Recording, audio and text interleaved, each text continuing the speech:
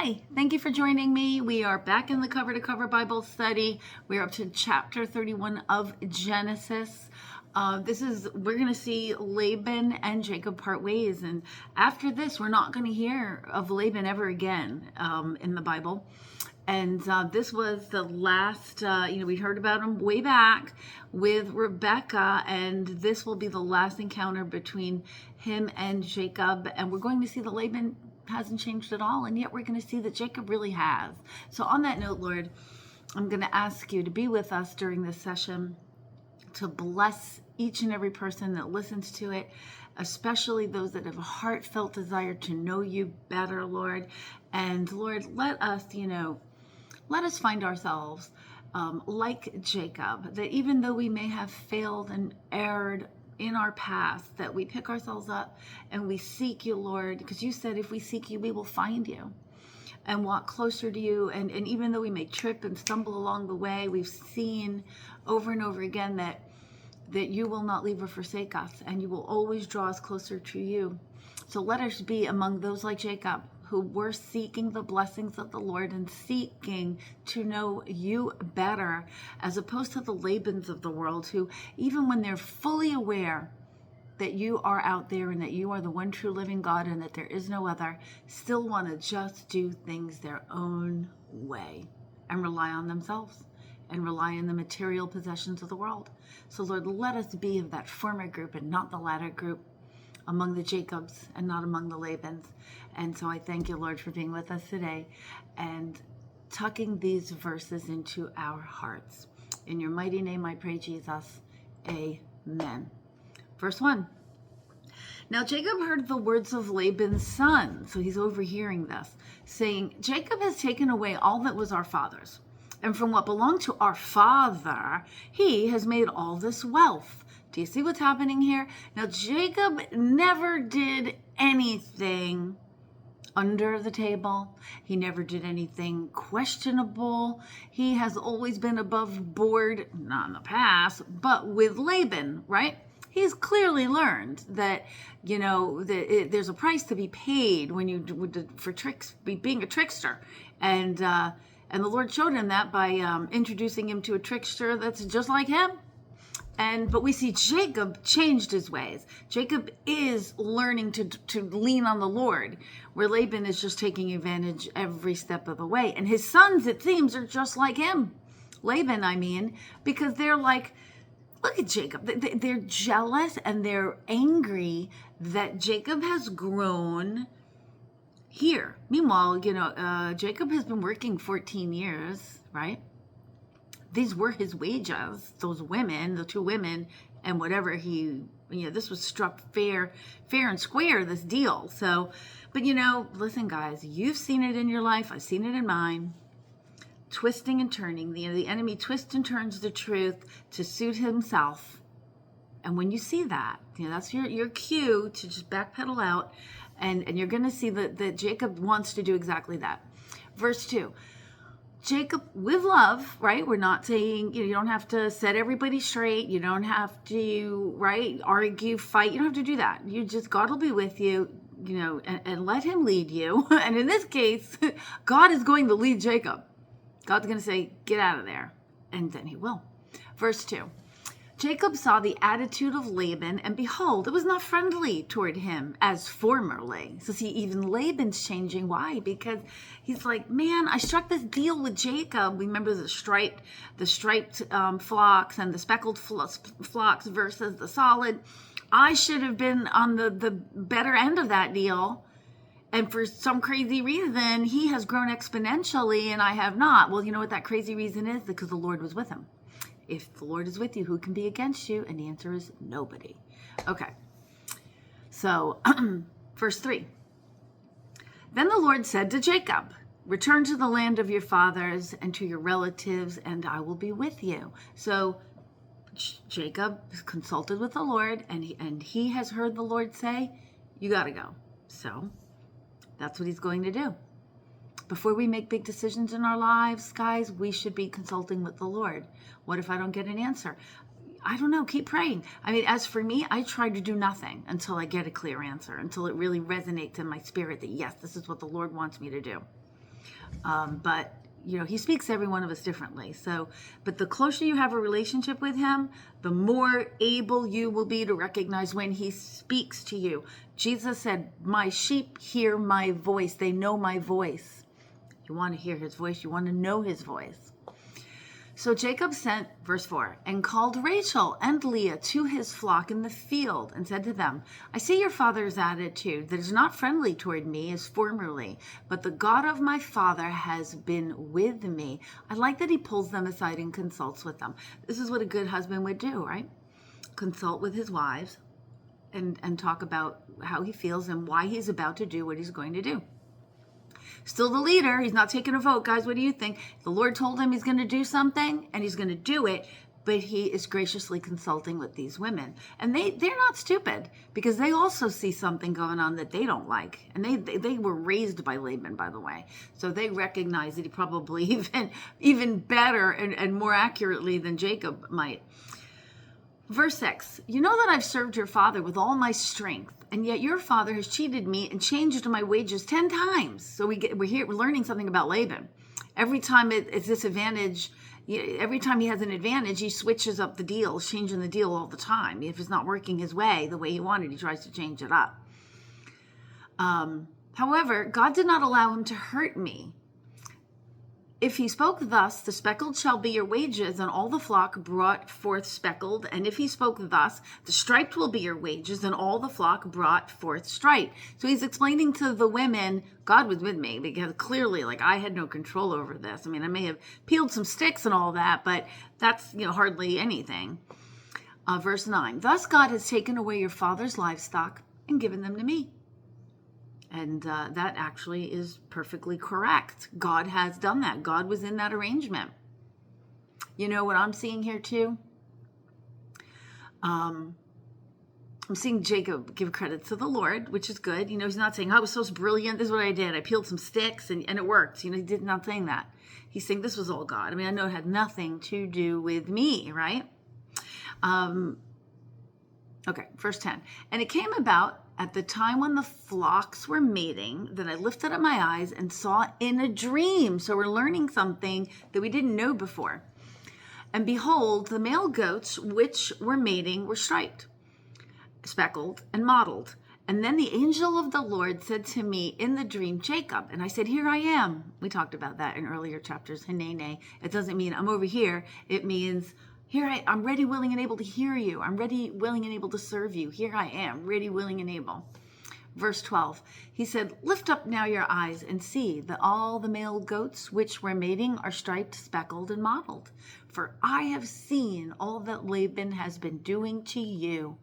I am the God of Bethel, where you anointed a pillar, where you made a vow to me. Now arise, leave this land, and return to the land of your birth. Let's unpack this. This is good. First of all, the Lord already told him, I'm blessing you. This is my gift to you. And why? Well, because I have seen all that Laban has put you through.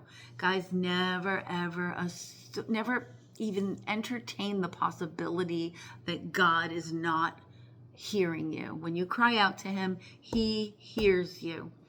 Now, he will always step forward to show you that he's real. Now listen, it may require some changes on your part. Have you not seen these last 30 chapters? Well, not 30, but since we've been talking about Jacob, have you not seen the changes Jacob made in his life? Have you not seen the changes Abraham made, right? At first he was kind of, doing his own thing. And then he realized, no, we're just going to have to trust the Lord on these things. And Isaac too, right? This is the walk of faith. But so here's my point. My point is that, yes, he will hear you, but make some changes. When he speaks, make those changes he's calling you to make. Usually, when you're kind of bumping up against the brick walls, it's usually the Lord saying, okay, you're heading in the wrong direction, and I need you to turn around and go a different way. Usually, you have to pray about these things. That's where that relationship comes in. You and Jesus, that's where that relationship comes in. The angel of the Lord, which is probably God himself. We talked about that in earlier chapters. The Bible says oftentimes the angel of the Lord, when it's the Lord. Not always, but sometimes. I am the God of Bethel. Well, Bethel was that place where he had that encounter, and he saw the Jacob's ladder, and he created a pillar there to commemorate what he called the house of God, because he said, God is surely in this place.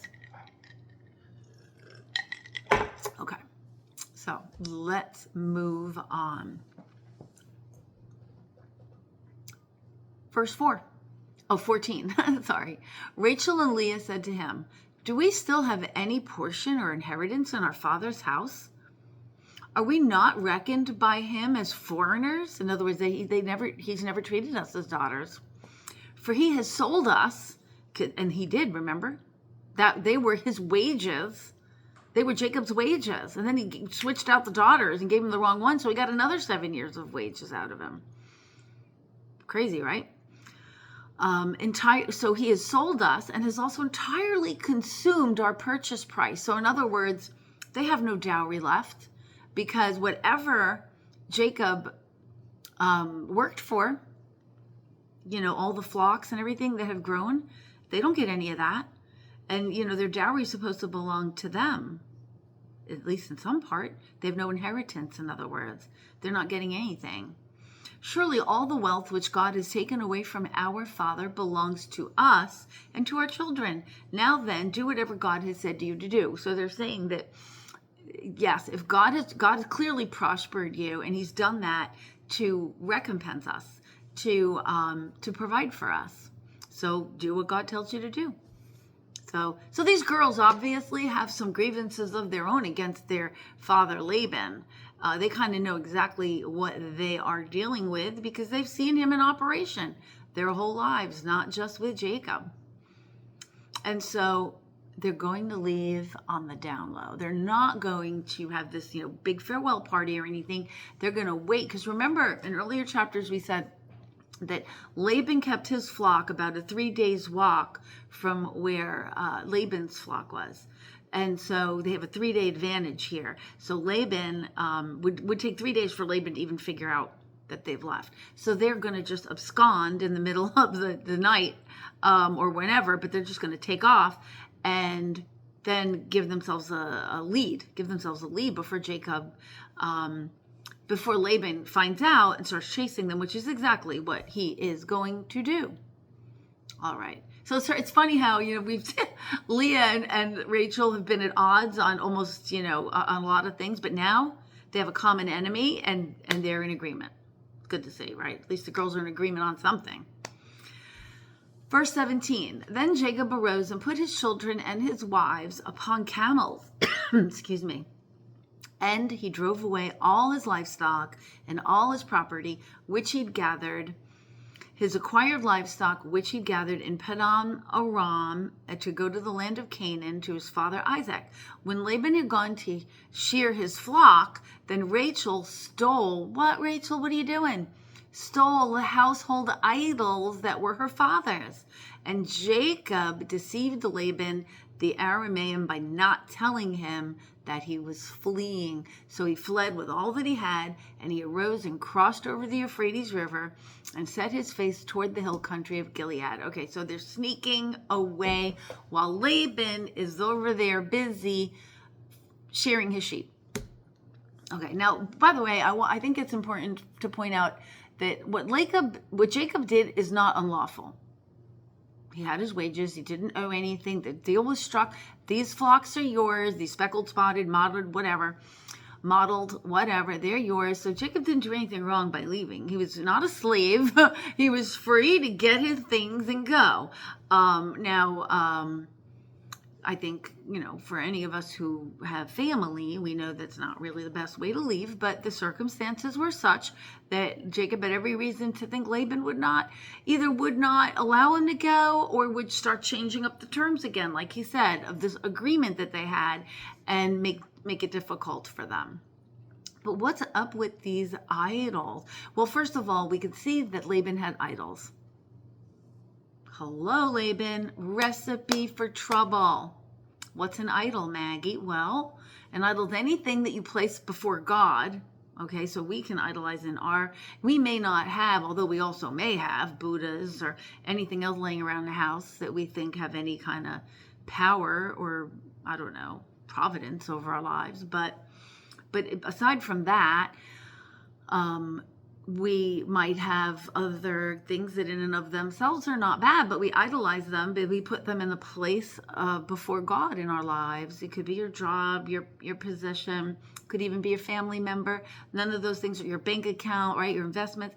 None of those things in and of themselves are bad unless you place them in an eminent position over the Lord.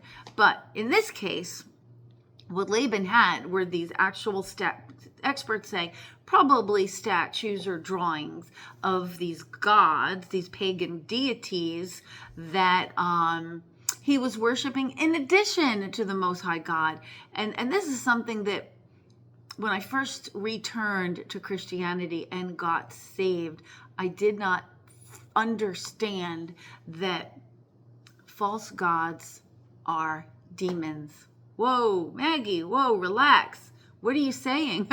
Well, don't listen to me. You don't have to listen to me. Turn to Deuteronomy 32, verse 16 and 17. Also turn to Leviticus chapter 17, verse 7. We know that Satan desires to be worshipped, and anytime we worship anything other than the one true living God, that's exactly what we're doing. He commandeers that. He commandeers that for himself. So Rachel takes these oracle things, whatever they are. We don't know why she takes them. We really don't. We don't know if she took them because she placed value on them, or she simply took them because she knew her father placed value on them, or maybe he would use them because some of these may have been divining tools. Remember, he said earlier he had been divining, so maybe he was using these kind of weird things, almost like a Ouija board kind of thing. And she might not want him divining where they're headed. Okay, so we don't really know, but we do know that Laban secretly worshipped other idols, and that's a bad thing. Bad all the way around. It's a recipe for disaster. It's an invitation to Satan to come on into your life, guys. And that, you know what? If nothing else, that's the reason not to do it. You're literally rolling out the red carpet for Satan and saying, yeah, come on in, because I'm giving you some credibility here. I'm thinking that Buddha has some power. I'm thinking that if I move my furniture around, all feng shui type, that there's some, power in there. There's no power in any of that. There's only power, all the power, Almighty, El Shaddai. We talked about this several chapters ago. El Shaddai, the Almighty, is God. The one true living God. There is no other. That's the Lord speaking, not me. Okay. So Jacob, hightailing it out of there. Now, Jacob does not know that the idols were taken by Rachel. You'll see that later, but it's important to keep that in your mind for now. What does Laban do when he realizes that they have gone? Verse 22. When it was told Laban on the third day that Jacob had fled, then he took his kinsmen with him and pursued him a distance of 7 days. So he's going. He's not going to be like, oh, well, I guess he's gone. He's coming after Jacob.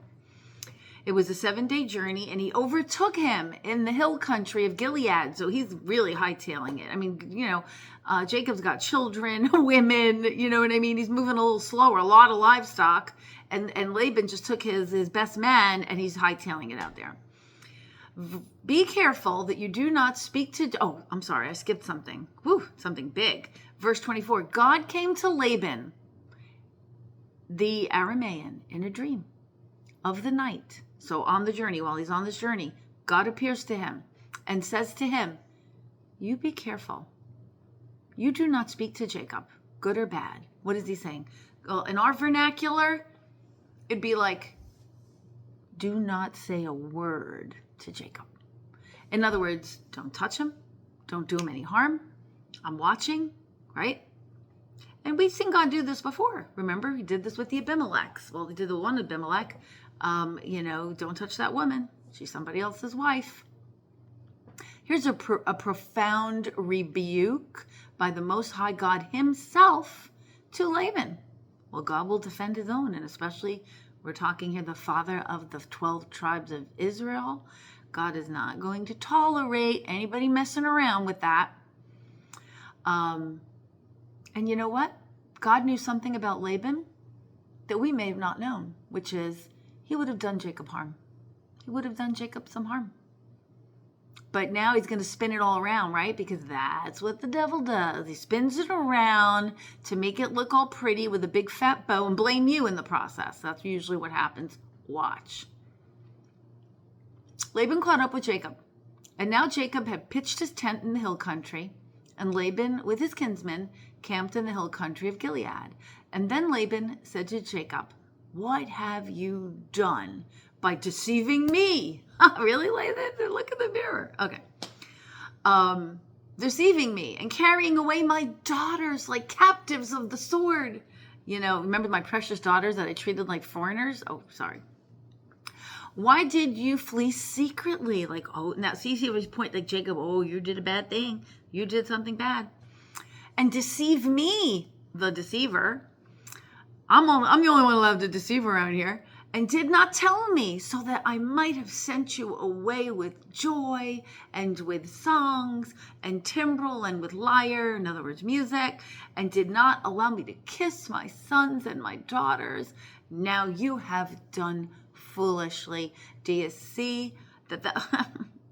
So we know that because God had to intervene, that he was not here to tell. He didn't come flying out with all his kinsmen to catch up to Jacob just to tell him, "Why did you leave? I didn't get to kiss anybody." That wasn't the motive. God knew he was going to do something to harm Jacob, and he cut that. So now he's got to spin it to make it look like his intentions were all good, Well, you can deceive men, but you can't deceive God. Verse 29, "It is in my power to do you harm." Pointing that out, isn't he? "But the God of your fathers spoke to me last night." He didn't say my God. He said your God. "Saying, be careful not to speak either good or bad to Jacob. Now, you have indeed gone away because you long greatly for your father's house. But why did you steal my gods?" So Laban has noticed that his idols are gone. He probably was trying to divine something or other, and then he realized they're not here. They must have stolen them, right? He's admitting, "I could have done you some damage here, Jacob, but I'm not gonna." And you want to know why? Because that God of yours, told me not to. The one thing that you'll learn about pagan people is many of them, as we discuss them, especially as we go through Exodus, you'll see this, even though they are impressed with El Shaddai, the God Almighty, they still feel like they have to worship all their other gods too. So they just almost feel like we can blend this all together. But you're going to see that God will not tolerate that. He will not be watered down. He wants your full faith and credit. He does not want to be one of the gods that you love. He wants to be the only God that you love, the only God that you trust. That's a really important message to get through your noggin there, because and like I said earlier, your God, your little God, your little G, may not even be a God at all, but he may be gold, silver, money, position, power, I don't know, intellect, could be anything. Pridefulness, whatever it is. But if you're elevating it over God, it's a problem. It's a problem, biblically speaking. Okay, so who stole the gods? Verse 31, "Then Jacob replied to Laban, because I was afraid, for I thought that you would take your daughters from me by force. The one with whom you find your gods shall not live." So now this is, Jacob doesn't think anybody stole them. He doesn't know Rachel stole them. So he's saying, find whoever took them, I'll kill him. "In the presence of our kinsmen, point out what is yours among my belongings and take it for yourself, for Jacob did not know that Rachel had stolen them." So this was a bit of a dangerous thing to say, because if Laban finds out that Rachel stole them, she's the one that would conceivably die. Okay. But as it turns out, the daughter of the deceiver has a few tricks up her sleeve. She's probably been watching Daddy Laban all these years, so she kind of knows how to spin her own little thing. So let's see.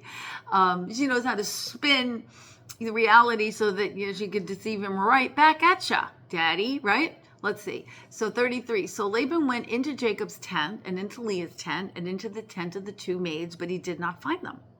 Then he went out of Leah's tent and entered Rachel's tent. Now Rachel had taken the household idols and put them in the camel's saddle, and then she sat on them. And Laban felt through all the tent, but did not find them. And then she said to her father, "Let not my lord be angry that I cannot rise before you, for the manner of women is upon me." In other words, she said, and she's lying, by the way, "I'm menstruating, so I can't get up." And he's not going to touch that with a 10-foot pole, right? So he's just like, okay, fine. And so he searched, but he did not find the household idols. So she's sitting on top of this thing, which the idols are stored under, okay? But she makes up this excuse, and Laban's like, okay, moving on. So there you go. Deceivers usually end up getting deceived in the end. And you know what? You want to be deceived? Do it on this side of eternity. Don't do it on that side. Consequences are way too great. They're eternal. It's not fun. I can't stand when people joke about hell. Oh, my friends are going to be there. No. Hell is isolation. You're not going to be talking to anybody. You're just going to be in pain forever. Jesus spoke more about hell than he did heaven. Okay, that's another subject for another day. We'll get there. We'll get to all those subjects. Verse 36, then Jacob became angry and contended with Laban. And now Jacob's had enough, okay? And Jacob said to Laban, "What is my transgression? What is my sin that you have hotly pursued me?" Exactly, right? You didn't come out here just to give a kiss goodbye and play a song. That's not what you did. We all know that. Now Jacob is being bold. He's being honest. He's being forthright, right? Now, normally Jacob is a pretty mild-mannered man. We've seen that, right? The Bible always describes him as kind of a homebody. He's very smooth. He's not rugged, right? Not an outdoors type. But grace has improved on Jacob. Hallelujah. And may grace improve on me and you and everybody else that looks to the Lord. He will improve you. Oh, I like that, right? Forget the self-help books. You just need Jesus. You need Jesus, y'all. So Laban, he's losing it. He just can't stand it. Verse 37, though you have felt through all my goods and you have not found your household goods, set it therefore before my kinsmen and your kinsmen that they may decide between us two. So these 20 years I have been with you. Your ewes and your female goats have not miscarried, nor have I eaten the rams of your flocks. In other words, I touched nothing of yours. That which was torn of beasts, I did not even bring to you. I bore the loss of it myself. You acquired it of my hand, whether stolen by day or stolen by night. This is what he's saying. He's saying, when I tended to your flocks, right? Because remember, Jacob had flocks of his own, and then Laban had his. He's saying, if one got eaten by an animal or mauled, which was totally not my fault, or one, was stolen, whatever, I gave you one of mine to compensate you. Like, I never, ever, even though I really didn't have to even do that. Like, do you see how Jacob, and guys, here's another great life lesson. Go over and above. Over and above. Let's say you have this job, right? And your boss isn't even all that great, and it's a mediocre job, and it's not with the real job that you really want. Perform it as if it's your own business. Perform it as if this is your life's purpose and mission, and this is your business, and every penny counts towards you. Perform it like that. The Lord will reward you. That boss may not, but the Lord will open up doors for you. Now, if you sit back there and slack and, that guy's a jerk, I'm not going to work any harder than I have to. I'm going to work slower than I possibly can, and you possibly can move, well, you know what?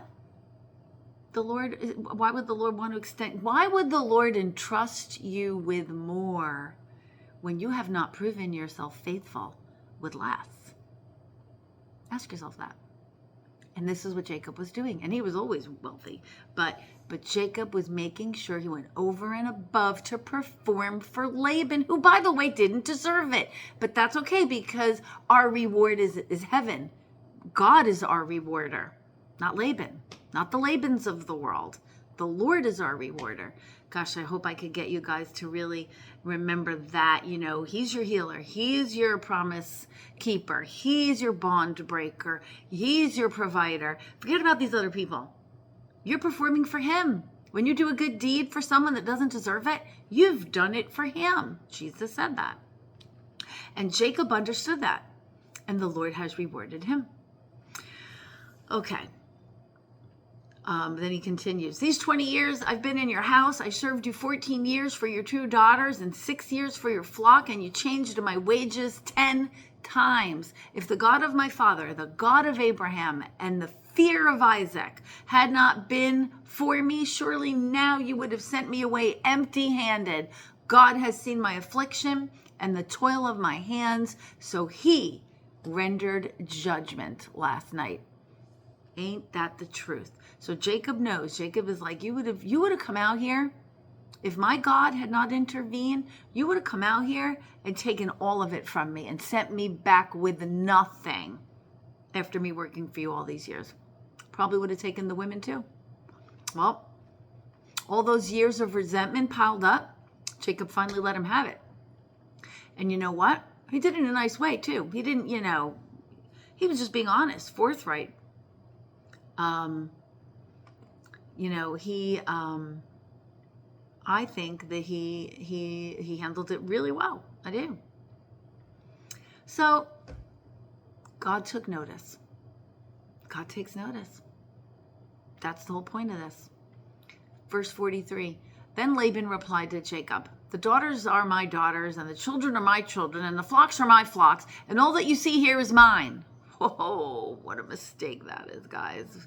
Guess what? All that you see here is not mine. It's his. We are just stewards. I've heard it said, I am just God's money manager. I don't own anything. It all belongs to him. That's how we are to live our lives. So opposite to what the world, right? The world is like mine, mine, mine. You have something I want, I'm going to try to get it. I'm going to take it. Even if I have to hurt you in the process, that's life, right? Dog eat dog. We're in a dog eat dog world. But no, that's not God's economy. Not God's economy. This is the world's economy. What Laban is describing here, this is the world's economy. This is all mine because it all came from me anyway, so it's all mine. But what can I do this day to these my daughters or to their children whom they have borne? So now come, let us make a covenant, you and I, and let it be a witness between you and me. So what's he saying? Well, he's saying, well, personally, I think all this is mine. But it's okay, no point in arguing now. You know why there's no point in arguing? Because God has already said, look out, Laban. Watch how you handle Jacob. Otherwise, it would be a whole other scene. Laban would be leaving with probably the daughters and every single thing that Jacob had, and might leave him one donkey to get home with. That's about it. Yeah, stewardship. Man, we could talk for hours on that. Don't worry, we won't. Verse 45, then Jacob took a stone and set it up as a pillar. Remember, we talked about this of inclination. They had to make little monuments everywhere, but that's okay. Because you know what? It's a way of remembering, and we forget so easily. Humans forget. We want to be remembered. We want to remind ourselves. That's why you need to read the Bible every day, so you could ground yourself in his word and not forget, because the day is going to throw all kinds of darts at you, and then you're going to respond in fear or anger or whatever. And if you ground yourself every day before you even talk to anybody, all right, you might have to talk to your husband and say good morning, but as soon as you make your coffee or do whatever, start your day with Jesus. Ground yourself. And the rest of the day, I promise, it just works that way. It won't push you off your game as much. There will be days, we all have days. But for the most part, you will be grounded in the Lord. And it's harder, like that house that's on a rock. Harder for the storm to knock it off, right? Built on a rock. Okay, then Jacob took a stone, set it up as a pillar, and he said to the kinsmen, gather stones. So they took stones and made a heap, and there they ate by the heap. Now Laban called it Jagar Sahadutha, but Jacob called it Gilead. Laban said, "This heap is a witness between you and me this day." Therefore, it was named Gilead. And Mitzpah, for he said, "May the Lord watch between you and me when we are absent one from the other. And if you mistreat my daughters," like, has he ever done that? No. "Or if you take if you take any wives besides my daughters, although no man is with us, see, God is a witness between you and me." Okay, well, that's not a bad thing to throw in there. So he's saying to Jacob, don't marry anybody else. You got my 2 girls and you stick with those 2 girls. And I may not see it, but God will. So funny. It always cracks me up. I find it hilarious when people invoke the God that they ignore every other day of their lives, but they invoke him against you. Ever seen that? Because I sure have. Laban said to Jacob, "Behold, this heap of the pillar which I have set between you and me.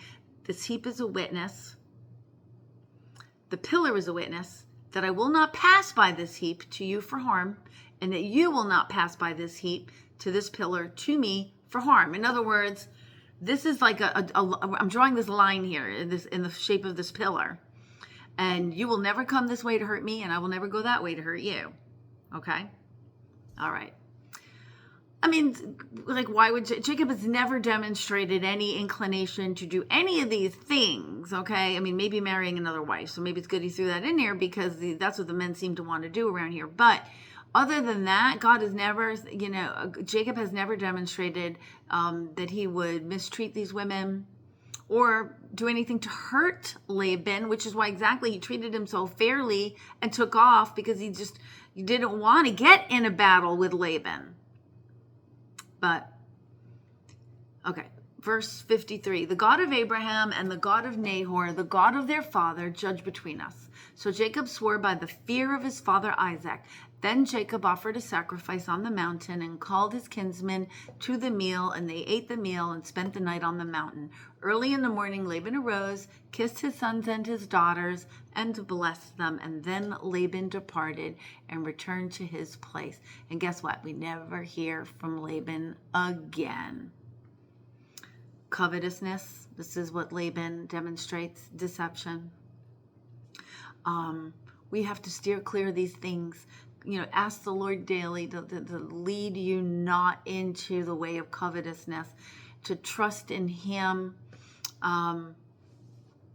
It's something Jesus will talk about. I know we're a long ways off from Jesus coming on the scene, but Jesus will talk about the talents, right? One guy gets 1, one guy gets 5. We don't all get the same amount of talents. And by the way, talents in those days was money, not the ability to sing or dance, nothing like that.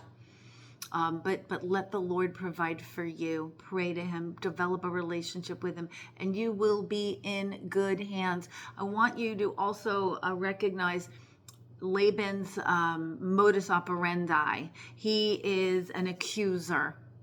And later we will learn that Satan is the accuser, that he's at the throne room of heaven night and day accusing you and me. You know what they did wrong, Lord? You know what? They don't really love you. Look, you understand that's what the accuser does. This is what Laban is. He's the voice of the accuser, accusing Jacob of mistreating him, right? Of deceiving him when all along he's been the deceiver.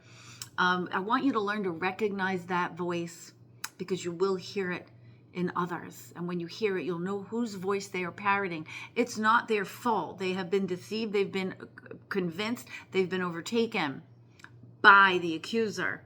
So we are not fighting against flesh and blood, but know the spirit that you are dealing with when you hear it. Yeah.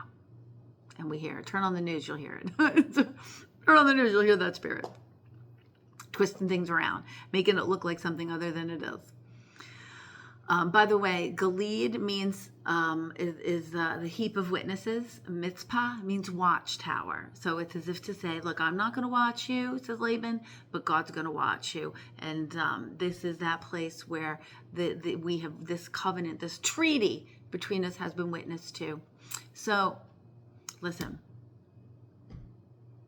trusting in the Lord never is done in vain. Never, never, never. And When we go out there and try to chase our own destinies, we go out there and try to even our own scores, the Lord will allow you to do it, but he will not be with you most of the time unless he's told you to do it. But if you're going to go out like a vigilante, the Lord will let you work on your own. And just as for me, my life and my own personal experience has proven that I am so much better off letting the Lord fight my battles for me. Sometimes he calls me into action, but unless he has, I really don't want to get involved if I don't have to. It's just what I've learned. And I've learned it the hard way, I might add. But speak to him, talk to him, pray with him, and he will lead you just as he has led Jacob in this chapter that we read here. And so I hope this blesses you. I hope this has illuminated how great our God is for you. And until we speak again, God bless, shalom, and all peace, my brothers and sisters.